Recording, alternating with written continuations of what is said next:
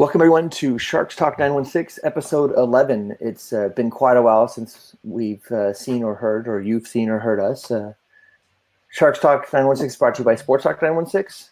You can check us out on sportstalk916.com or on Facebook at Sports Talk 916 Network. And on Twitter, we're at Sharks Talk 916. We like to tweet during games, so feel free to listen and comment and tell us how stupid our observations are when games start. But until then, it's been a pretty, I don't know, what would you say, non-eventful summer. So I'm Chad Thurston. With me is Nolan Torrey. For those of you who have never been here before, welcome. If you're returning, thanks for coming back. Glad to see that we didn't scare everybody off. So it's been a long summer. I don't know what you've been up to. I have a couple life announcements for anybody who cares. One is I'm going to have a new member of the family and a new Sharks fan here in March. Don't know yet if it's a boy or a girl shark, just it's a baby shark. Are you going to play the song for us? No, yeah. I'll when they have the baby, I'll sing it. How's that? Did you see the videos at Colonel's wedding of all the boys doing baby shark routine? No. Yeah, all the boys joined in and had a little baby shark karaoke moment. So good times. That's very cute. And so other than that, I had hand surgery, which means I didn't do much else. Played golf for the first time just last week. What have you been up to? Well, completed the move to Tennessee. And just heads up, if anyone's watching on Facebook, I forgot to update the title. So initially it said audio test. I updated it now, but I don't know if the new title reflects. But hopefully people don't not join as a result. But no, completed the move to Nashville. So it'll be my first hockey season away from Shark Tank, which is bittersweet, but I've already bought tickets to the 2 times that the Sharks will be in Nashville this year, at least during the regular season. And one of those is just under a week into the season, so anxiously awaiting that game on October 8th, I think it is. So, yeah, I'm excited. I mean, you and I both like football also, but other than the start of football, there has been much for me to look forward to. I've been waiting for hockey to come back. And it's been kind of we're going to get in here in a second into the news that came out over the summer. But it's been a pretty boring summer, honestly, for Sharks hockey. Like, I keep waiting for something really amazing to happen or cool to happen, something to talk about. I think that's part of the reason why we didn't have a show is since Carlson's re-signing, there hasn't been any huge news. So we'll cover what has come up and see what people think of that. And then we should have some more interesting shows, I guess. Not that this won't be interesting, but more to talk about once in a couple weeks, once preseason starts, we get to see some guys skating and playing, get a better feel for what the team's going to shake out looking like. Next show will be more of a prediction show in terms of, looking ahead to the season. So to kind of jump into the offseason, since, basically the offseason is over, considering that training camp starts on Friday officially, and the first preseason game will be next Tuesday, so a week from today against the Ducks. So the biggest news of the offseason, our last show covered the Carlson extension, and if you think back to that show, we debated, okay, how was this going to impact Pavelski? Obviously, Pavelski left, went to Dallas, 3-year contract, $21 million, $7 million per year, right around what you and I predicted he would get. And we both knew if it came in at that price tag, it wasn't going to happen in San Jose, which turned out to be the case. And if you go back to the comments that Pavelski and Doug Wilson gave after that decision came down, it was made pretty clear they weren't even close on numbers. So it was pretty much a foregone conclusion he was gone unless he wanted to take a fat discount. They also traded Justin Braun to the Flyers, mainly to create cap space for Carlson. But they did get pretty good value, 2nd and 3rd round pick back. Donskoy got massively overpaid to go to Colorado, 4 years at $3.9 million per year, which, looking back at that contract today, the sticker shock still surprises me that a guy who couldn't stay in the lineup got almost $4 million a year. And then Nyquist as well went to Columbus, 4 years at $5.5 million. And we kind of touched on it earlier. I mean, the Sharks didn't add anyone of significance. They brought in Johnny Brodzinski for the Kings, fourth line option, possibly third line, but probably a fourth line potential. And then Dalton Prout from Calgary. He's a defenseman. I don't think he'll see regular time. Probably will fill that seventh D-man role. Maybe some nights play for Tim Heed. He's more of a tough guy. I'm not going to say he's a Haley replacement because he is a defenseman, but let's not pretend like he's a major addition. And that's really it. Otherwise, it was bringing back Thornton, Carlson. Probably the biggest signing, obviously, aside from Carlson, was re-signing Timo, and then getting Kevin LeBanc and Tim Heed back as well. Yeah, I mean, LeBanc was kind of and we're going to talk about that in a minute, but LeBanc was the only big shocker to me over the course of the summer was just what he signed for, which was pretty crazy. But I think that, let's talk about whether the moves that were made were right calls, right? So Pavelski and Carlson, there was a lot of, and I don't even know if you and I agree. I personally wouldn't have signed Carlson for what we signed him for. I think it's too big of a risk. I know he doesn't. He came out and said he doesn't like the term, injury prone. Right.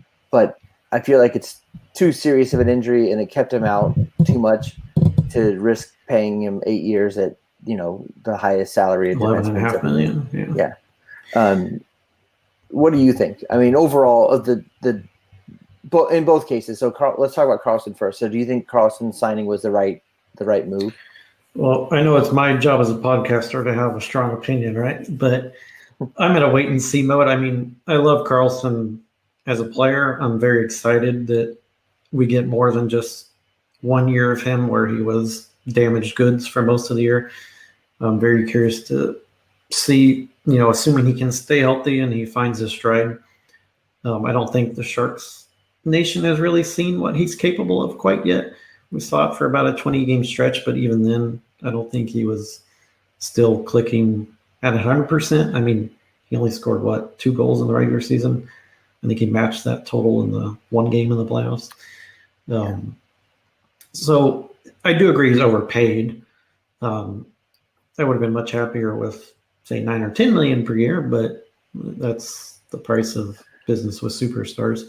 I do think that letting Pavelski go was the right move. I just don't know that I would have spent that money on Carlson.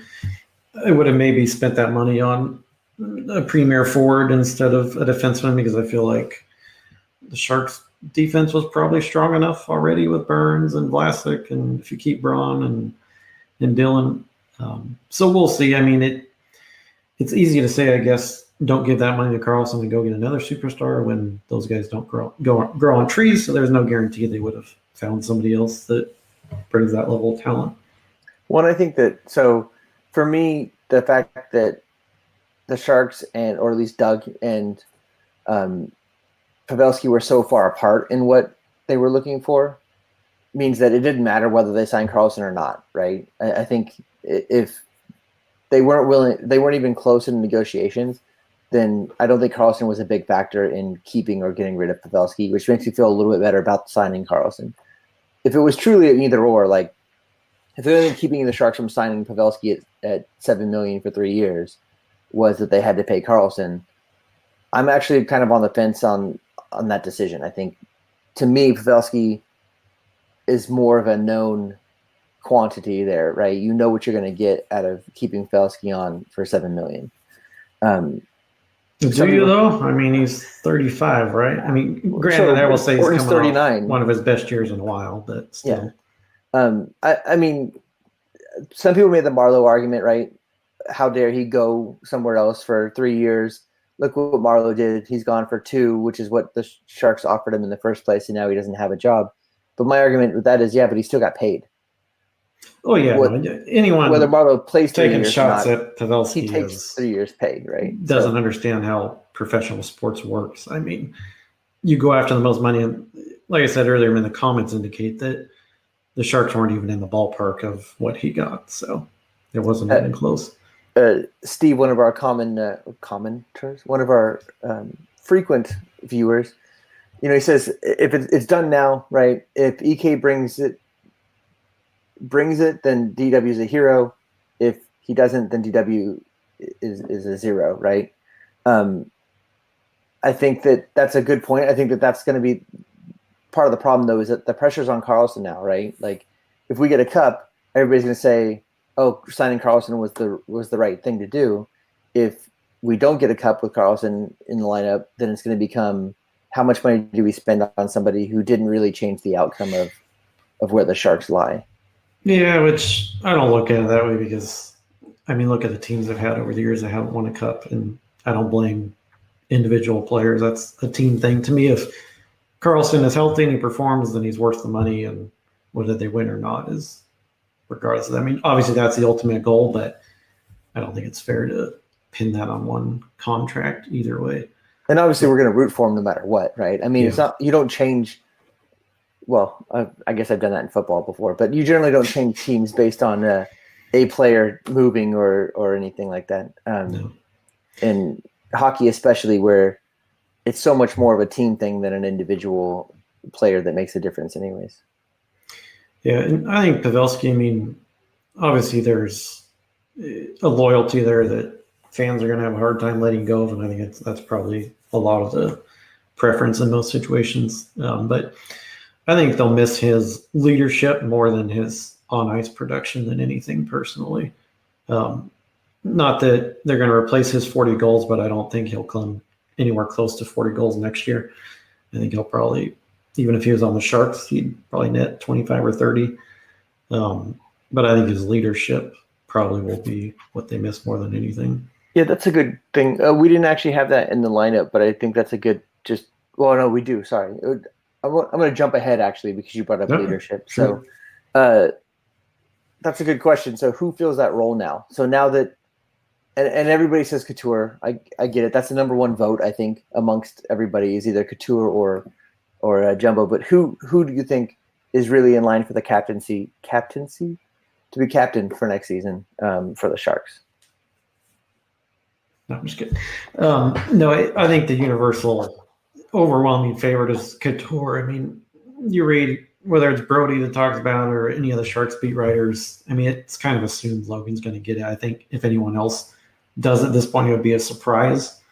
Now we can debate whether Logan's the best option, but I think that's probably the odds-on favorite. Well, they asked Jumbo, I think it was today or yesterday, they asked Jumbo about it, and first they asked if he wants it, and he's like, I don't care. Which I think is funny because the guys listen to Jumbo. I mean, when Pavelski went down in the playoffs, right, like Jumbo basically walks up to them and says, hey, let's go score 4 goals. And they go and score 4 goals. So I don't think there's any question that Jumbo is a leader on the team, whether or not he's got the C on his jersey. Well, and I think that's what it is. He doesn't need the C to be a leader, and they want someone who's going to be around longer to have that opportunity and, give that voice resonance, knowing that Joe's going to be there anyway, and he doesn't need to, have the C on his jersey to reflect that. I was surprised because he mentioned Hurdle, who's somebody I've talked about before, because I think Hurdle's such an important player now on the Sharks, especially with Pavelski gone. And he is that guy who's always kind of amped up and, excited to play and ready to go. And I think that does push off onto the other players. But I think he's just I don't think he's been here long enough. I don't think has mastered the English language necessarily enough for them to make him the captain at this point.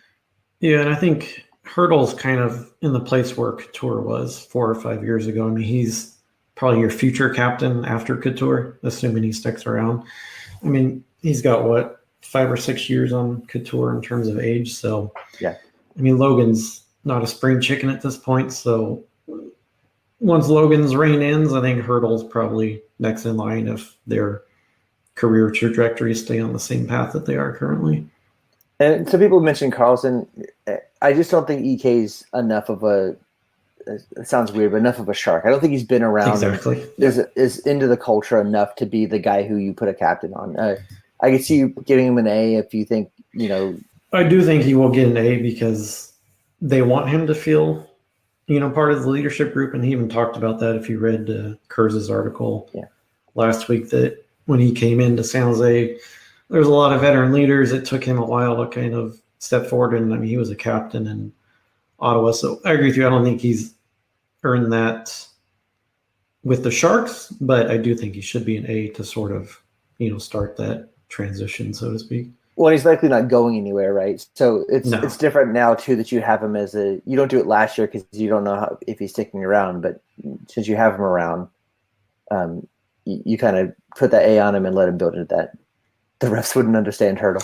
Yeah, it sounds terrible. It's a fair point. I mean, I honestly think that's why he couldn't be captain either. Is just because communication. I mean, sure, the guys all understand him because they're around him every day. But I mean, ref conversations are part of the captaincy. Yeah, and he's not as quiet as some people think he is. Like a lot of times when they shoot him on the bench, he's talking, he's yelling things to the other players. I think it's just like you said. I think, or I guess as Steve said, hold on, I'll get to that in 1 second. So lots to say on that one. as Steve said, if Hurdle has to go talk to the referee, they're not going to understand what he's saying, or they're going to have trouble understanding what he's saying. So then Steve's next comment was, Vlasic, a dark horse. I wouldn't make Vlasic captain. It just would never happen. I think he's good with the A on him. I think that the problem is he's just too quick to say comments he shouldn't. Right? He's too free with what he says. He hates the media, and probably the biggest job as a captain is talking to the media. You're always the first guy interviewed, and Vlasic, he hates interviews and intentionally. Just ask Kevin Kurz how he feels. Well, he'll have to talk to Kurz every night, right? I mean, right. And I don't see that happening. Not to mention, it's funny because reading some of the stuff over the summer about like whether or not they're going to argue over contract and stuff like that was interesting to read because Vlasic is a leader within the dressing room. Within the dressing room and within the players, amongst the players as a whole in the NHL. He's very outspoken in fighting for players. Association. Yeah, the Players Association, in fighting for players' rights, in fighting for getting the pay that they're agreeing to and things like that. But I don't think I think he's really fitting for that type of leadership, but not necessarily for on-ice team leadership. Well, and Steve asked, well, who else besides the coach? And honestly, I don't think there is another legitimate option. That's why I say he's the overwhelming favorite. I mean, the other options are the ones we've talked about. Carlson, who both Chad and I agree is too new to the team. Jumbo has been there and done that. They've kind of crossed that bridge. They're not going to go back to it at this point. He'll definitely probably get an A, but I don't think they want to hand it back to the old guard. Bernsey? And then Bernsey, which, Steve, you mentioned it in the chat. I think he's a guy that would wilt under that pressure. Burns is very sensitive to outside criticism. And to me, the last thing he needs on his plate is that on his shoulders. He's got enough pressure on his own without throwing that on him. I think he's the type of guy that would react poorly to that personally. Yeah, and that's the unfortunate thing is you don't have a lot of options at this point unless you put a new guy in there, and that's just until they prove themselves, you don't want to do that. Yeah. All right, so we'll jump back to let's put it this way. So if Logan is the captain, the A's you can give out up to like 4 A's, basically 2 at home, 2 on the road. So you're probably looking at Carlson, Thornton, maybe Hurdle, maybe Vlasic, maybe Burns, some combination of those guys. Yeah. Okay. So to backtrack to the guys that left, obviously Pavelski, Donskoy, Nyquist, and Braun were the big ones. We can throw Michael Haley in there just for sarcasm. Well, the question is who they miss most. So I don't think Haley's even in the conversation. So I'm going to vote for Michael Haley. He'll be signed by the end of the next season anyways. Right around the trade deadline, we'll get Michael Haley again for 10 cents. And But in all seriousness, so of those 4 guys, or if I'm missing someone else, maybe think Joaquin Ryan is a hero in waiting who went to the Kings. Who do you think they will miss most? Obviously, Pavelski will be the most, but if you take out Pavelski, I would say Donskoy. And we've talked about it before. I'm a huge Donskoy fan. I think that even when he wasn't scoring, what he was adding to the team was underrated because when you're looking at a winger, all they're looking at most of the time is are they putting the puck in the goal, and he wasn't. But he was fighting hard. He was creating a lot of opportunities for other players. So I think we'll miss Donskoy. I think we'll notice it now. You and I were talking about this before the show. Who plays in you're missing someone in the top 6, right? You need someone up there, and I can't think of who's going to easily take his place in there and be someone you can consider for it. Yeah, it's going to be a very interesting training camp to see which one of these rookies potentially takes that job. For me, I'm going to say Braun, which probably not what you expected, but I think primarily miss Braun the most. I think we will miss him the most on the penalty kill is where you will miss him because, for the longest time, him and Vlasic were their primary penalty killers, and last year they gave Carlson and Burns quite a bit of penalty killing time, which is going to happen again this year, but I don't think either of those guys are very good on the penalty kill personally. Then after those 3, you've got Dylan, Heed, and Shimmick. None of those guys have played on the penalty kill much at all in their Sharks history. Dylan occasionally, but none of those guys have a ton of PK experience. So, the bulk of the time is going to be Vlasic, Carlson, and Burns, and then probably Dylan, I would assume, maybe Shimmick. But I think the penalty kill is where they might miss Braun more than they anticipate. Just because I don't feel like Carlson and Burns are very good on the penalty kill. No, it's because they're not. Burns can be, but over the course of a season, he's not a good person to have on a penalty kill, right? He did a good job in playoffs of stepping up and really playing good defense when he needed to because we were just shorthanded on defensemen. But overall, Burns' game isn't one of staying home and playing good defense. No, I think the playoffs were probably the best defense he's ever played in his life. Yeah. And I think that was largely due to being paired with Vlasic and being challenged. But I don't think they'll miss Braun a ton 5-on-5. Obviously, they're not going to miss him on the power play because he never saw the ice ever on a power play. But penalty kill, I think they will miss him. Donskoy, for me, I do agree with you that his value goes beyond the stat sheet. He was a good possession player, created a lot of offense. His advanced metrics are good, even though he didn't score a lot. Nyquist, I was highly unimpressed with his entire time with the Sharks. And so... Yeah, Nyquist was, and he was one of the ones I was thinking we would trade for, and then we ended up trading for him. And I thought he would be a good pickup, and then he just didn't turn out to be much of anything. He was a placeholder, and he played solid hockey, but nothing impressive, and nothing where I was like, oh, I hope we keep him. Well, and that's part of to kind of go off topic here, part of my concern with the Sharks have about $2.7 million in cap space right now. They clearly need another forward up front. As you talked about, there's a gaping hole in the top 6. Even if you put LeBanc in the top 6, they're still missing one guy. So I think, they're going to let the kids fight it out and see how that goes, and then they'll add if they need to. But I don't like trade deadline acquisitions. To me, you need a full year to sort of integrate with the team. Kane is really the only guy that came over at the trade deadline that immediately made a huge impact. A lot of the other guys that come over at the trade deadline, by the time they get in the mix, it's the playoffs, and then they're gone. It's so I don't like waiting until a trade deadline to add an important piece, but we'll see. Maybe they make an early season trade if the kids don't work out. Yeah, I think so let's bring that up. Let's talk about the one surprise we had over the break, which was LeBanc's contract.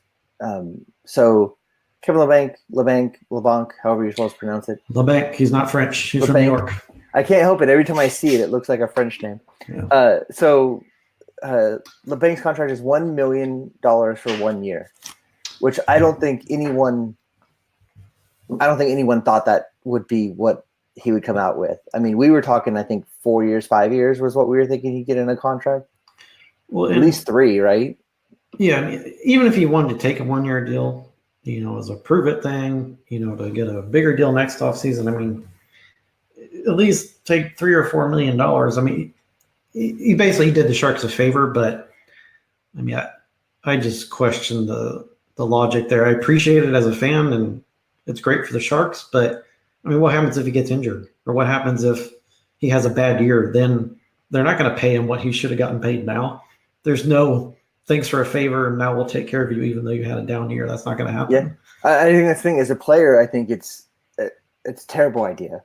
Yeah. Obviously, thanks for helping us out. But what gets me more is that with that and with how long it took to sign Jumbo, who, despite his joking of he had to talk them down from 8 years, we all knew that was going to be a 1-year contract for $1 million or $2 million. We knew it was going to be a small, short contract. Right. So between the bank signing for $1 million and then Jumbo taking so long to re-sign, you and I both thought there has to be Doug's going. Clearly, they were working on something, and they might still be. I mean, the NHL is kind of in a weird place right now with all of these restricted free agents that still have not signed.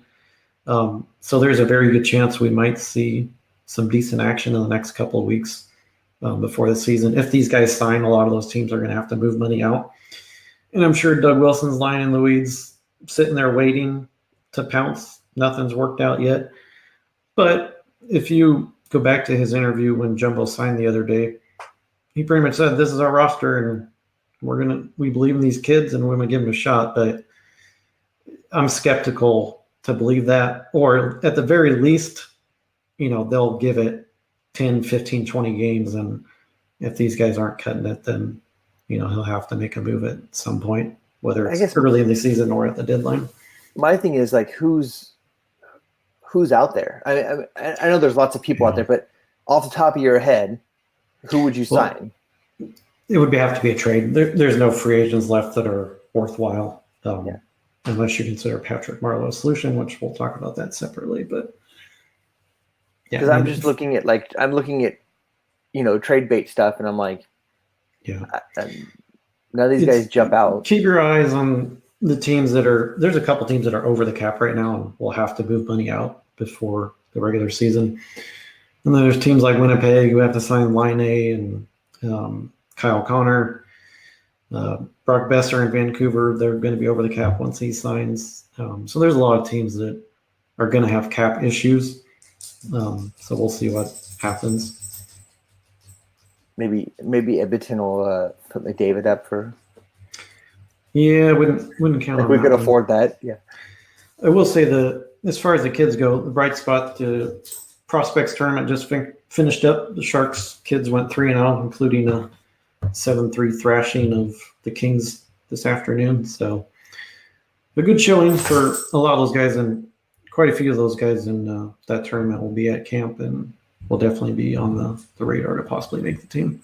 I mean, I guess that's one of the good things. Like, if you don't, the problem is you want to go for a cup every year, right? But if the Sharks figure out partway through, hey, it's not a real season where we're going to go for a cup, they have a lot of people they can work into the lineup and get some ice time in the NHL and try and see, especially with that fourth line that's kind of up in the air. No one knows who's going to be playing fourth line or third line even. My concern is, basically one of these guys right now, unless they bring in somebody else, is going to play on the top two lines. And the three guys that are most likely for that are Chmielewski, Chikovic, and Blickfield. All those guys are 20 or 21 years old, have never played a day in the NHL. So that's a big ask. It'd be different if these guys had gotten their feet wet the last couple of years and, gotten 5 or 6 games in like Gambrell had, which Gambrell, I think you might see take LeBank's place on the third line with Thornton once LeBanc moves up. But so we'll see what happens. But while I am hopeful for these guys' future, I don't know if that future is now. Yeah, and you don't want to hurt them by. Yeah, you don't want to put too much pressure on them now. Look how long it took Timo to develop. It took him like a good year and a half, 2 years before he really found his game. Hurdle, bursted onto the scene right away and then had injury issues that set him back. Yeah. But I mean, Hurdle was a rare exception. I mean, I guess that's the hope, right? You got a 20-year-old who comes out the way Hurdle came out at 19, and plays his butt off. But I think we're going to see, unless there's a trade, which I imagine there's still something that he's trying to work out. But if not, we're going to see a lot of rotation in the forward core. Or forwards in the third and fourth line, especially. You're going to see a lot of guys moving up, moving down, moving in and out, which it's a good problem to have, I guess, to have a lot of talent that you want to put up in the NHL level. What do you think? We didn't have this in here, but just curiosity, what do you think are the chances that Dell makes it out of the that's a good question. Camp? I'm curious to see how truly open of a competition the backup goalie job is.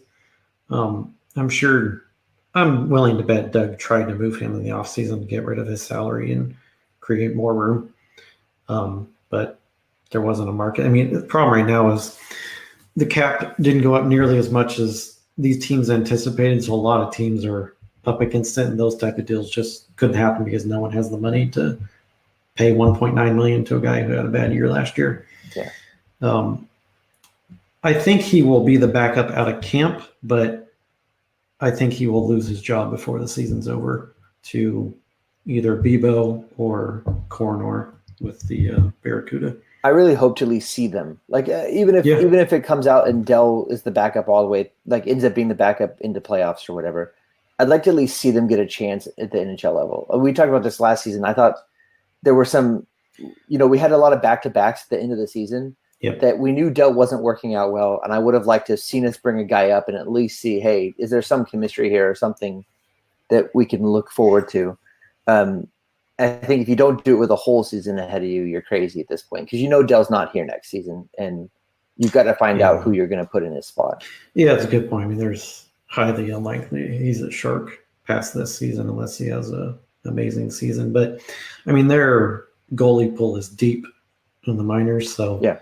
They got to turn it over to those guys at some point, especially if Jones doesn't bounce back this year. I mean, then you got to start thinking about who your starter is in a couple of years. If we get playoff Jones, then we're not good. first 3 games Vegas Jones. No. After Or even if we just get, honestly, like just first year Jones, right? Like just. Right. Couple of years ago, Jones, I think we're in good shape. I was reading, that was one of the things that Chris was talking about was, the best you expect from Jones is that he comes back and plays the way he did a couple of years ago. Like no one's expecting him to come out and be this spectacular best goalie. And I don't think they need him to. No, because of that's what he said. Because of our scoring, generally we don't need him to be that guy. We just need him to be a solid goalie in the back. It's kind of like the football analogy. Just tell you, it's one of those quarterbacks. Just be a game manager. Don't lose the game. Yeah. It's almost to that extent. A little easier said than done. But I don't know. It'll be interesting to see what happens. I agree with you that I would like to see the Barracuda guys push deeper. Justin asked about Edmund Emond. I don't know what his official last name is, but he's one of the guys in the prospect pool, along with Andrew Shortridge, that are both highly touted in the goalie ranks. I'm not sure if Edmund even played in the prospect scrimmages, but I know he got invited to camp. So I would anticipate Bebo, Corner, and Shortridge would be the only guys that see action other than Dell and Jones in the preseason, but we'll see. So Josh Zimmerman just jumped in. It's a good question. How many goals are we going to lose off of Brent's shot not being tipped in by Pavelski? I mean, yeah, we need. I think that's one of the. So going back to talking a little bit about what's going to hurt the most, besides his leadership, his net front presence, I think, is one of the things we're gonna miss. Like, where you and I are constantly yelling at the TV about somebody getting in front of the net, because we'll have 5 guys in the offensive zone and no one's in front of the net, right? Someone's going to have to learn to step up, but there's other ways to make space and there's other ways to score goals. Yeah, there's 2 things that come to mind for me there in terms of the net front presence. So let's rewind to the greatest moment, well, one of the greatest moments in Sharks history, Game 7, right? Pavelski goes down 5-minute power play. Okay, Pavelski's out. So who takes that role in front of the net on that 5-minute power play? Timo, right? Yeah, of course. Yeah. And I think one of the goals he deflected, he screened on LeBank's goal. So Timo's probably going to play that role on the power play.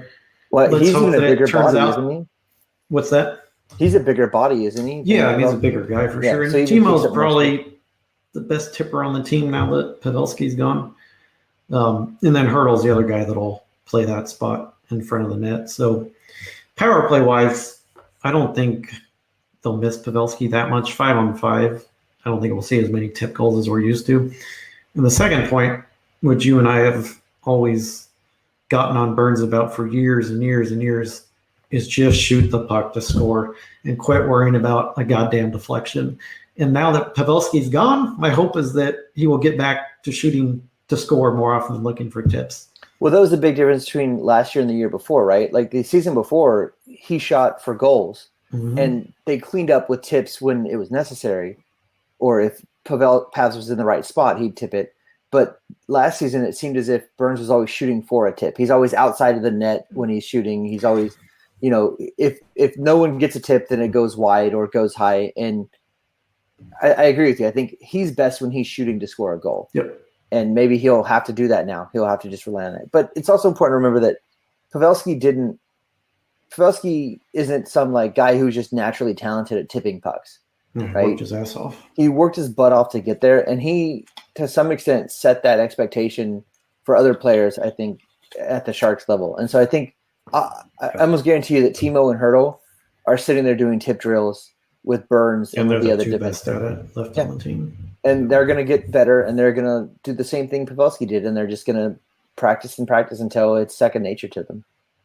Yeah, I almost hope that – I mean, obviously tipping is a big part of the NHL. These goalies are so good now, it's a necessity, but I really hope they rely on that less. I just feel like it's kind of blind luck in a lot of ways. And like I said, I just want to see Burns shoot to score more often. And there is a difference. I mean, you can tell when it's more of a shot pass and when he's looking for a stick as opposed to just, firing at top corner. So let's cover our last topic, and then we can kind of do general Q&A if people have questions. So the last thing we want to talk about was the Patrick Marleau situation. So the Sharks, and I think rightly so, are looking more for a youth movement, right? Like they're bringing up young guys. They're trying to get some of the age out of San Jose, which I think is part of the reason why they weren't on the same page with Pavelski at all. Is although you signed Jumbo, but I think that's just because if you don't sign Jumbo, you're going to have a riot at your. Well, yeah, and some people have made that argument. Well, how can you say you don't have room for a veteran, but then you bring back Jumbo? But I think those are different situations. But and Jumbo's $2 million. I mean, yeah, and I don't think Marleau. I think Marleau would have signed for the minimum. I mean, seems fully committed at this point to just playing close to home. So I don't even think it was a financial thing. I think it was just purely they want to give the young guys an opportunity. The other thing is positionally, Marleau's a left wing. They're pretty deep on the left wing. They have Timo, Kane, Sorensen, and unless you want to bump Sorensen down to the fourth line after almost a 20-goal year, because Marleau ain't playing fourth line. If he's on the team, he would play third line at least. And they just don't want to push other guys down to make room for Marleau at this point where it's Thornton. I mean, if Thornton's gone, they don't have a third line center. So sure, he's old, but he's a necessity at this point. Yeah, I mean, would I love to see Marleau, don the jersey again? Sure. Although I think it'll be at a ceremony where he's announcing his retirement and his jersey's being hung up in the rafters or something like that. Not out on the ice. I just don't think it's a good choice at this point. He didn't have a great season last season. He didn't play extremely well. Yeah. It'd be one thing if it was like, hey, he was playing well last season. He just didn't like where he was, and we got a chance to get him. But with how he's playing, I don't think he's a huge attribute to the team. Yeah, and I believe, Doug, that there's no ill will. I don't think the Sharks hold any sour feelings that he left for more money. Every guy should do that. I don't have an issue with that whatsoever. I think it legitimately is what Doug said, that they just want to go with young guys, and Marleau doesn't fit that plan. Like I said, he didn't have a great year last year. That being said, I personally would have taken him if he was okay with the fourth line role and if DeBoer was willing to play him on the fourth line, especially with the holes they have in the top six. If any of those guys go down in the top six, whether it's Meyer, Kane, Hurdle, Couture, LeBanc, and chances are one of them is going to get injured for at least a few games here and there, then you're really thin up front, and it would be nice to have a guy like Marlowe that can jump into the top six and wouldn't look completely out of place. I mean, not, as skillful as he used to be, but he can make worthwhile, in a limited exposure. And it's not completely closed at this point, right? I mean, it's pretty well accepted that he's not going to sign or he's not going to be signed, but the door's not completely closed at this point. So I agree, Steve. If an injury happens, I could see him signing if he doesn't latch on to another team. And I don't think he will. I think he's serious about not wanting to be anywhere else. I think he wants to play close to home. So, I think his options that he would consider are basically the Sharks, LA, Anaheim, and Vegas. Arizona supposedly was interested, but it doesn't sound like Marlowe wants to go there, which Arizona's not that far. So maybe you roll out Vegas too. But if one of the California teams won't take him on, I think he sits and waits and hopes that the Sharks change their mind or that either the rookies don't work out or that an injury happens and kind of goes from there. Yeah. I think that's all our topics. We actually got through everything. So so we'll go back. Josh Zimmerman came in a little late. He did ask a question. What are we going to expect from Carlson? You and I talked a little bit about this, but I guess we didn't talk about what we necessarily expect from him. So, what do you think? What do you see as Carlson's season? I think he's going to score more than 2 goals. I'll go that far. No, I don't think he's going to assist. Does he need, more than 2 goals? Yes, I would like to see at least 10 goals. He's not a Brent Burns who, he's put up. Burns doesn't even put up 25 goals anymore, but I don't see him being a 20, 25 goal guy, but I'd love to see 10 to 15 goals and, around 60 assists, I think would be, look, that's probably the minimum I would want from him is like 10 goals, 55, 60 assists, pushing 65, 70 points right around where Burnsley typically finishes. And I think if you give him, he had 47 assists. What was his assist last I think it was like 3 goals, 45 assists or something. I have to look it up. But so, I don't think that's a big ask considering the amount of time he was out last season also. And he didn't come alive till the second half. So I don't think most of those assists were in like a 20-game stretch. He had like 35 assists in like 20 games. Yeah, I don't think you're unreasonable there. I think it's very doable. Honestly, this is going to sound bad, but my biggest expectation from him is to stay healthy. Like that's where it starts, right? I'm really happy if he goes through the season healthy, even if he only, let's say he puts up the stats he put up last season, but he goes an entire season without missing a game for being injured. I'm happy with that because again, it's an 8-year contract. You've got this guy for a while now. I don't want him to go out this year and try to prove something and re-injure himself, and then we go through just constantly having him in an injured state. Well, and they say that he's fully recovered. I'm not going to buy that until I see it myself, times. Right? Yeah. So for me, if he's not ready to start the regular season, that's fine. Don't play him. Agree. There's no point in rushing him back for opening night just because he signed a fat contract extension. And I'm the same for Šimek, by the way, who he's absolutely. Especially when you have a younger guy like that, and he was very impressive last season. He's coming from ACL, MCL, and meniscus, right? I think was what he injured. That's a big surgery. That's a lot of recovery. If he's not ready right away, I think you don't put him in right away. I'd rather spend some time, give Middleton and Heed and those guys some time to come in and play, and then down the road when everybody's healthy, you can bring in the guys from last season. Answering the question in the chat about So Cody James decided to join us finally. Super late in Texas. You'd think he'd make it on time. So in terms of captaincy and assistant, Logan captain, and then some combination of Carlson, Jumbo, Hurdle, Burns, Lassick as far as the the A's 4 of those 5 guys. And it's up to Doug. I know that previously they kind of let the team vote on it. Well, I think Doug said it's coach's decision, right? So they're going to leave it to DeBoer. Oh, sorry. I meant DeBoer. It's DeBoer's choice. Yeah. Last time they kind of let them vote, and that's where Pavs got the captain. But I think DeBoer has a good feel for them, and he knows it's got to be a veteran, so it's not a lot of choices. Yeah, there's a lot of guys on the roster that deserve an A. I mean, there's more guys that deserve it than they're allowed to give it to. So give everybody an A, and nobody is Steve. You can rotate it throughout the year, so it'll get passed around. But I mean, I think after the C, most guys I don't think care about the A. Some certainly do, but I think the Sharks have a mature enough dressing room to know all those guys are leaders, regardless of who's wearing the letters on their jersey. Yeah. Like we talked about Jumbo, it doesn't matter if there's a letter on his jersey. If he speaks up, everyone's going to listen. Yeah. So we have a few minutes here. We're not quite at an hour yet. Anybody else from the gallery want to ask questions? Anybody who came in late and wants us to go over the entire show again?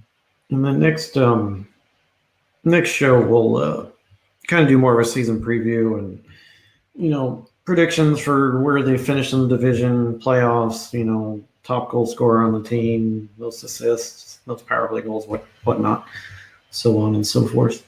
And so things to keep an eye out over the next week or two here, like we've talked about kind of throughout the show. The competition amongst the young guys is going to probably make this more preseason interesting than we've seen in a long time, because there's actually a lot of jobs open and not just fourth line roles. I mean, at least one of those guys is going to be playing top 6 unless they want to put somebody like Sorensen or Gambrell or Melker or Goodrow in the top 6, which would be a disaster. Or they might make a trade, which, I mean, if we go back to last year, I don't remember the exact day, but I'm pretty sure it was media day at training camp when they acquired Carlson. So right around this time last year, which, don't get me wrong, I don't think the Carlson trade's going to happen, but you could see a minor move between now and the regular season. So Steve asked, do you think we'll see Prout in the Vegas? Because are there like 2 Vegas games in a row? Yeah, we start in Vegas and then come right back home and play them the first 2 games of the year, which I'm a little bit concerned about that being a bloodbath to start the year. Especially like you said, Šimek and Carlson. Can we just not play them those 2 games? Just put Prout in instead of Šimek. And to answer your question, Steve, I do think Prout will be in the lineup for at least possibly both of those games because of Reeves and all of William Carrier and all the shenanigans that are very likely to happen those 2 games.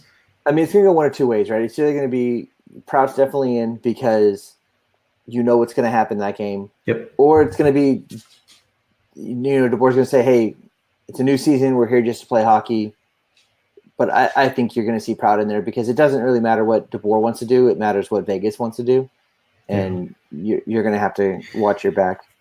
Honestly, if we just get out of those 2 games healthy, I don't care if we lose both. Just get out of them healthy and move on with the rest of the season. Yeah. I mean, especially the opener in Vegas, with how that series finished. I mean, they've been thinking about that game all off season and are going to want to send a message. And I'm fine with sending a message in the right way, but I just have a feeling it could get real ugly real quick, and I don't mean on the scoreboard.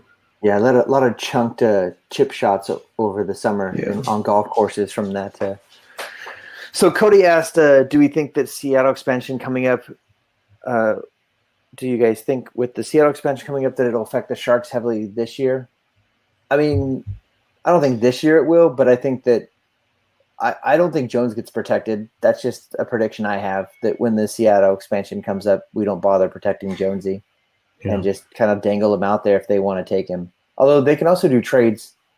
They do trades outside of I think that's the biggest the draft too, right? Difference you'll see in that expansion draft compared to Vegas is teams are not going to do what they did with Vegas and trade and say, okay, I'll give you this to take this guy because look how that worked out, right?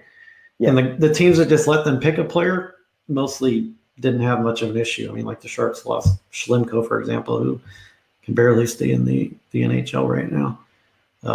So Yeah, I mean, I'm sure they Doug ended up has with a. thought about it, but I actually wonder with how Vegas went, how much everyone's like going to change their own look at how they do this draft, right? Their own I don't know why I can't think of the word strategy for the expansion draft, because you basically created a Vegas team that was competitive right away. Yeah. You created a team that, sure, they don't have necessarily a first line that would be a first line on any of the other teams, but they had like 4 second lines, and that proved to be enough to compete well in the NHL. Well, Vegas identified too that speed kills in the new NHL, and they're probably the fastest team in the league. And they identified that, and they targeted guys that can skate and said, we'll figure out the rest later. So I think teams will take a lot of learning lessons from that expansion draft and won't make the same mistakes. But I mean, every GM around the league has to have that in the back of their mind and start formulating, okay, I've got, 6 forwards I can protect, 3D I can protect, and you have to expose a certain amount of guys that meet certain requirements. So, I mean, that's largely why Doug signed Schlemko back then, because he knew he was going to have to expose a veteran defenseman, and he wanted to keep his other guys. So I'm sure they are thinking about that, and that's also why you have to have 2 goalies signed basically going into the expansion draft if you want to protect Jones, which I agree with you. I don't think they will, but because there's not only is there minimum guys you can protect, there's minimum you have to expose. So I also don't think Seattle takes Jones unless has a really good season this season. So if he has a good season, they'll protect him, right? So yeah, it's going to become a maneuvering game, I think, at the end of the season. But I mean, they're in good shape as far as forwards right now, because I mean, you basically got 5 guys you'd protect. Yeah, all your veterans you can protect and leave everybody else. Hurdle, Kane, Meyer, and LeBanc.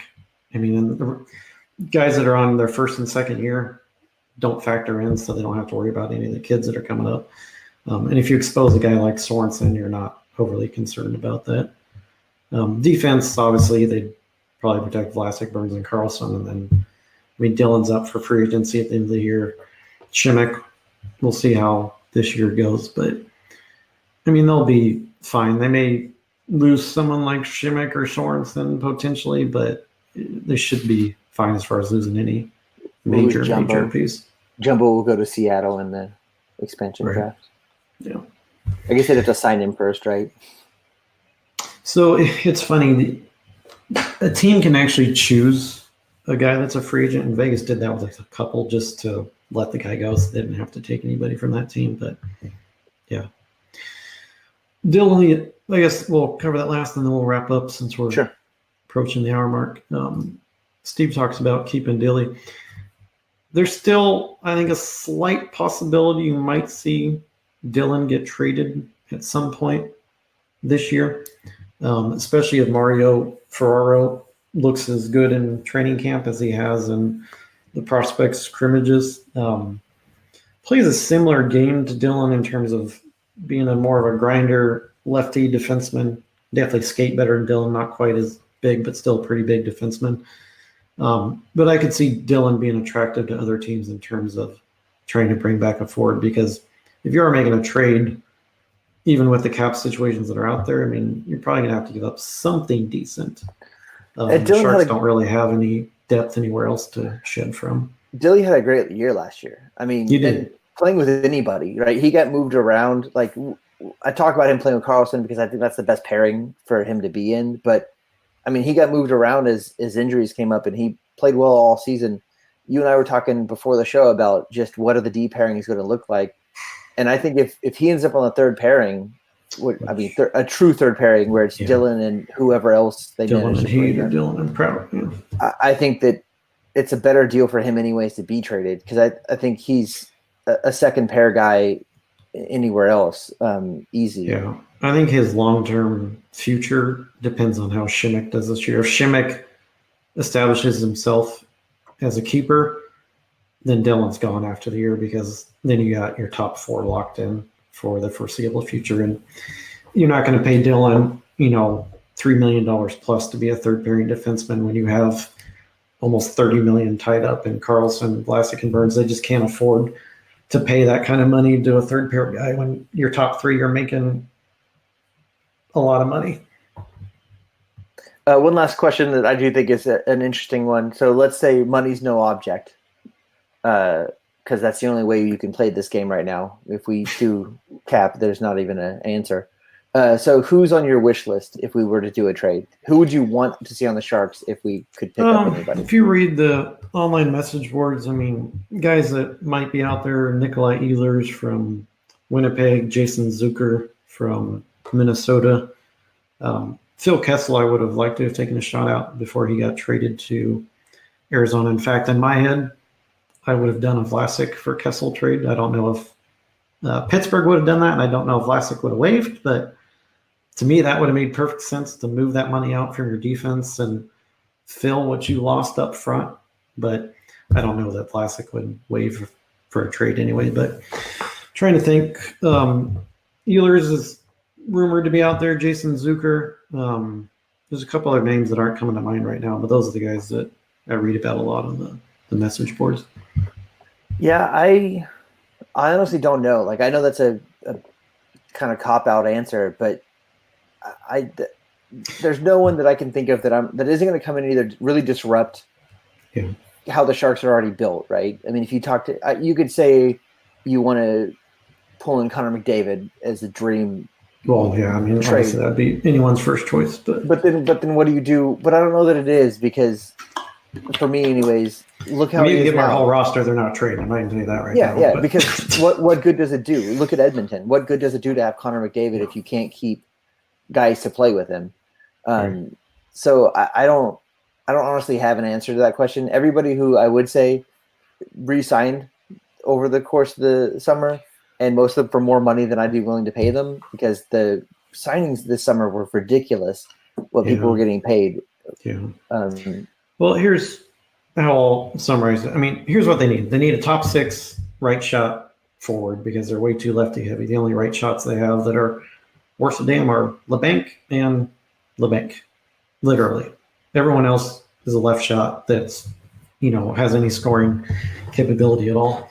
So they need a right shot, top six winger. And the last thing I'll say is I don't think it'll be a name that people have talked about in the trade market. If it happens, I think it'll be something that Doug kind of pulls out of his hat, and it's not someone that, people anticipated was on the trade block. So initially I thought for sure they would make a deal before the start of the season, but based off Doug's comments when Thornton re-signed, I don't think they will. I think they legitimately want to see how the rookies do. And if it's clear they're not ready, then he'll pull the trigger. And I think he'll pull the trigger fairly early in the season. I'm going to say 15 or 20 games in. I don't think he'll wait until the trade deadline when prices will probably go up even more. There seems to be almost like a glut of left wingers and a shortage of right wingers. There's not a lot of right shots in the NHL if you look around. And I was reading up about that. It's just kind of since you brought this up, like it's kind of like how in baseball some people learn to bat left-handed even though they throw right. And so for a while in hockey, it was a big deal to be able to shoot lefty. And so a lot of kids trained to shoot lefty because it was the oddball shot, right? Yeah. Well, now you're going the opposite way where all these kids who trained lefty are in the NHL, and you're like, well, I need a right-handed shot.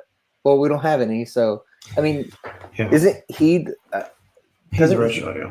He's a right shot, and he'll play both sides of the ice as a right shot too, which is interesting. Yeah, and I mean, wingers are interchangeable. I mean, like Timo can play both sides. I mean, those guys can move around. It's just not ideal. I mean, you want right shots if possible. My ideal dream trade acquisition would be Patrick Laine. He still hasn't signed in Winnipeg. I mean, that kid's got the best shot in the NHL after Ovechkin.